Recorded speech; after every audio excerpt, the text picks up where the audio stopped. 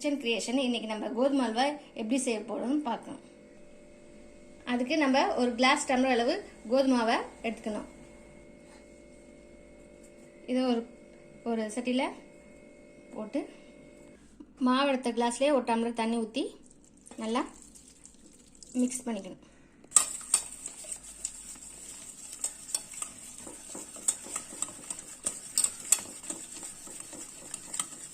கட்டி இல்லாமல் நல்லா கரைச்சி வைக்கணும்.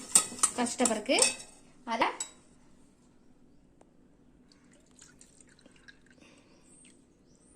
நாலு கிளாஸ் தண்ணி ஊற்றிக்கணும்.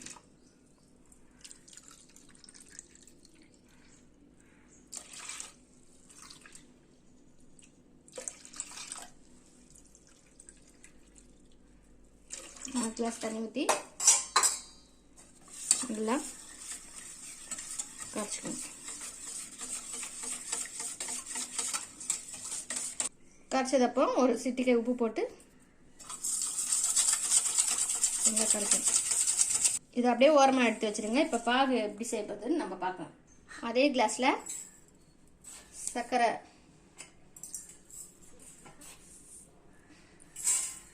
அதை பாகுக்கு செய்யறதுக்கு எடுத்துக்கலாம். அதே கிளாஸில் நான் பாதி அளவுக்கு சர்க்கரை எடுத்திருக்கேன். இதை நம்ம கரைக்க போகிறோம். இப்போ நம்ம நான்ஸ்டிக் கடாய் எடுத்திருக்கேன். அதில் சர்க்கரையை கரைக்க போகிறோம். கேரமல் பண்ண போகிறோம். அடிகனமான பாத்திரம், நான்ஸ்டிக் பாத்திரத்தில் சர்க்கரை கேரமல் பண்ண போகிறோம். நம்ம இதில் தண்ணி எதுவும் சேர்க்கக்கூடாது. நம்ம ஃபுட் கலர் எதுவும் யூஸ் பண்ண போகிறதில்ல. இப்போ இதை சேர்த்தாலே நம்ம கலர் கிடச்சிடும் நம்மளுக்கு. நான் ஒரு கடாயில் ஒரு டீஸ்பூன் நெய் ஊற்றிக்கிறேன் முந்திரி வறுக்கிறதுக்கு. இதில் முந்திரி போட்டு வறுக்கிறேன்.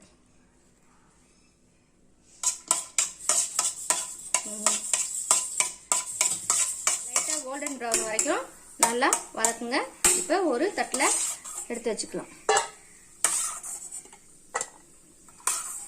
இதே கடாயில் நம்ம கரைச்சி வச்சிருக்க கோதுமை மாவை இப்போ நம்ம இதை அடி பிடிக்காத அளவுக்கு நல்லா கிண்டணும். இதை ஹை ஃப்ளேமில் வச்சு நல்லா கலரணும்.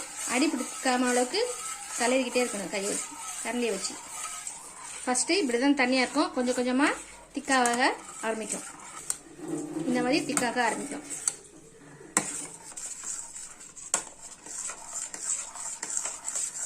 இப்போ நான் அதே கிளாஸில் ஒரு டம்ளர் அளவுக்கு சர்க்கரை அதில் போடணும். போட்டு நல்லா மிக்ஸ் பண்ணணும்.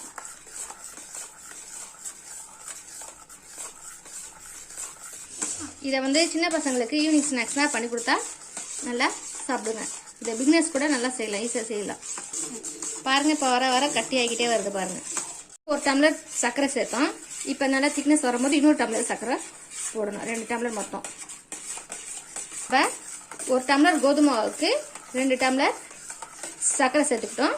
5 டம்ளர் தண்ணி ஊற்றிக்கிட்டோம். இதுதான் நம்ம கோதுமை அல்வா செய்யறதுக்கு தேவையான பொருட்கள். இது இதை கரைச்சி வச்சிருந்த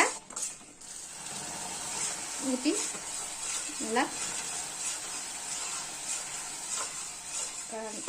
கொஞ்சம் கொஞ்சமாக நெய் ஊற்றணும்.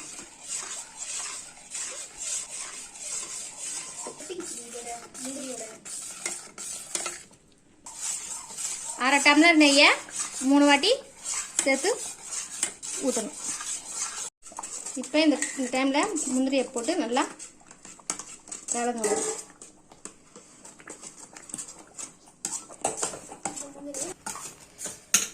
இந்த திக்கான ஸ்டேஜ் வர வரைக்கும் நல்லா கிண்டணும். கோதுமை அல்வா ரெடி. இதில் தட்டில் வச்சு சர்வ் பண்ண வேண்டியதான். இந்த மாதிரி பேனில் ஒட்டாமல் வரணும். இதுதான் கரெக்டான பக்குவம். கோதுமை அல்வா ரெடி ஆச்சு. இதே வீட்டில் நீங்கள் செஞ்சு பார்த்து டேஸ்ட் பண்ணுங்கள். பிடிச்சிருந்தா லைக் பண்ணுங்கள், கமெண்ட் பண்ணுங்கள், சப்ஸ்கிரைப் பண்ணுங்கள். Priya kitchen creation.